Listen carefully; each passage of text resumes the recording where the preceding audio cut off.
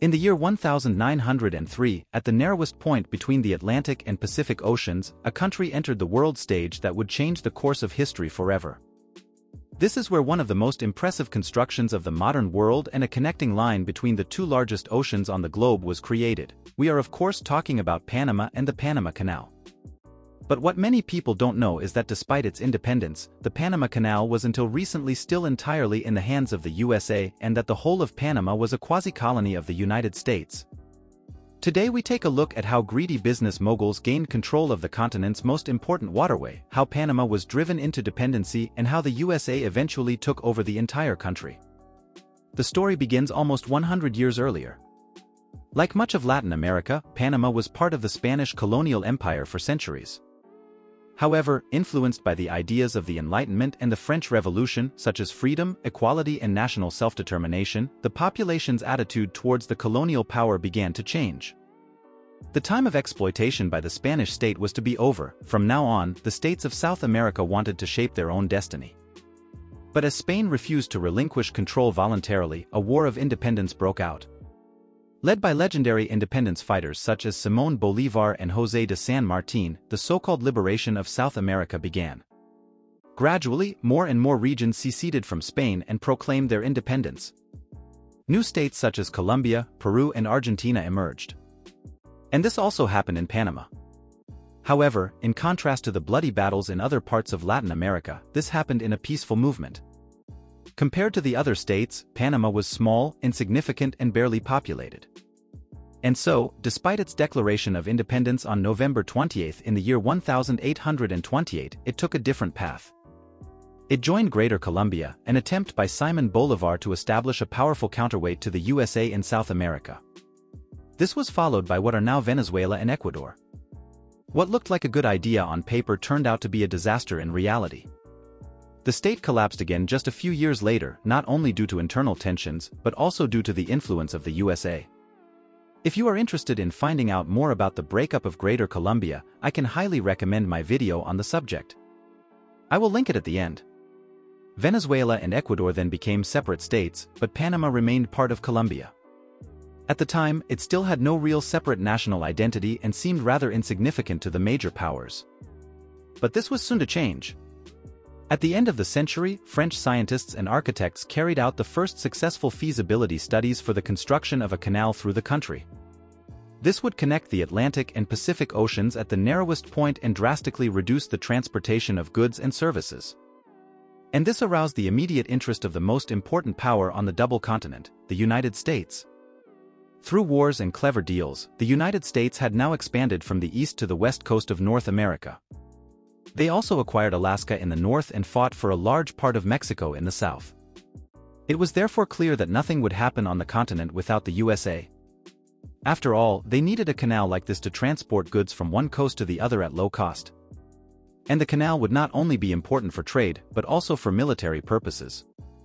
It allowed the naval powers to move their fleets quickly between the oceans, which was particularly attractive at a time of growing global competition and imperialist ambitions. It was therefore clear that the USA would build the canal. But one player stood in the way: Colombia. As we know, Panama still belonged to this state. And although Colombia was certainly interested in such a canal, which would boost its own economy, it also feared the increasing influence of the USA. A French company was therefore awarded the contract. However, despite great efforts, this company failed in the year 1889 due to technical difficulties, extremely high costs and deadly diseases such as malaria and yellow fever, which cost many workers their lives. This was of course a stroke of luck for the USA, as it could now take matters into its own hands. But Colombia remained stubborn and denied the United States the right to build. So a different path had to be taken. In the meantime, Panama had developed a national identity and a large part of the population was increasingly annoyed by the Colombian state's neglect. At the time, the Colombian state was virtually incapable of acting due to a violent conflict between its liberal and conservative parties. And the USA wanted to take advantage of precisely this political deadlock and the national movements in Panama. The USA generously financed the Panamanian independence movement, and on the 3rd of November in the year 1903, it came to a showdown. The Americans positioned their most powerful warships off the coast of Panama and threatened Colombia with possible military intervention if it intervened. On this day, Panama declared its independence with the support of the USA. Panama officially separated from Colombia and became its own state. And Colombia, which was effectively incapable of acting, could only stand by and watch. The USA was the first to recognize independence, followed by other European and South American countries.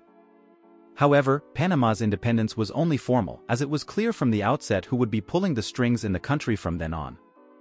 Only a short time later, the new Panamanian government signed the so-called Habeas-Navarilla Treaty. This not only gave the USA full rights to build and operate the canal, but also complete control over the entire canal zone. This meant that the area around the canal was actually American territory. They also received numerous military bases, and the treaty made the USA the military protecting power of the entire country. U.S. foreign policy at this time was strongly influenced by the Monroe Doctrine, which aimed to prevent European colonialism in the Western Hemisphere. Control of the Panama Canal and the role as a protecting power fitted into this strategy, as it ensured that no other power could gain a foothold in this strategically important region.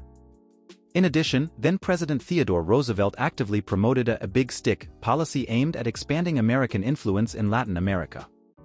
In reality, Panama was now effectively a colony of the USA, which was formally independent but dominated in all respects by the northern superpower. American entrepreneurs immediately began building the canal, which was officially opened a good 10 years later, in the year 1914. And numerous American banks saw yet another benefit in Panama. They gradually transformed the small country into a financial center, and above all a haven for tax evasion and money laundering. Under the guidance of Wall Street, a labyrinthine system of tax-free incorporation was developed, attracting numerous business moguls and making the country even more dependent on the United States. With the help of the CIA, it was then also ensured that the right president remained in power in Panama. But the system was not to last forever. The population became increasingly resentful of the Americans. While the rich financiers and canal operators from the USA lined their pockets, hardly anything was left in Panama. This was because all the proceeds from the canal operation went to the United States, while the population went hungry. As a result, awareness and the desire for complete sovereignty grew in Panama. There were open uprisings and protests. One significant event was the flag incident of the year 1964, in which Panamanian students attempted to raise the Panamanian flag in the canal zone, leading to violent clashes and several deaths. This raised international awareness of the situation and increased pressure on the U.S. to reconsider its policy. General Omar Torrijos, the de facto leader of Panama at the time, skillfully generated further attention from the world public, forcing the U.S. to negotiate. And so the Torrijos-Carter treaties, named after Omar Torrijos and U.S. President Jimmy Carter, were signed in 1977. It stipulated that control of the canal and the canal zone would be gradually transferred to Panama by December 31 of the year 1999. The USA was to withdraw completely from the country by then. And this was finally complied with, giving Panama full sovereignty for the first time at the turn of the millennium. And thanks to the income from the canal, Panama is now one of the richest countries in Latin America. However, the influence of the USA can still be seen throughout the country today. The US dollar is the main means of payment. The skyline of Panama City resembles that of a major American city, and there are numerous US immigrants in the country.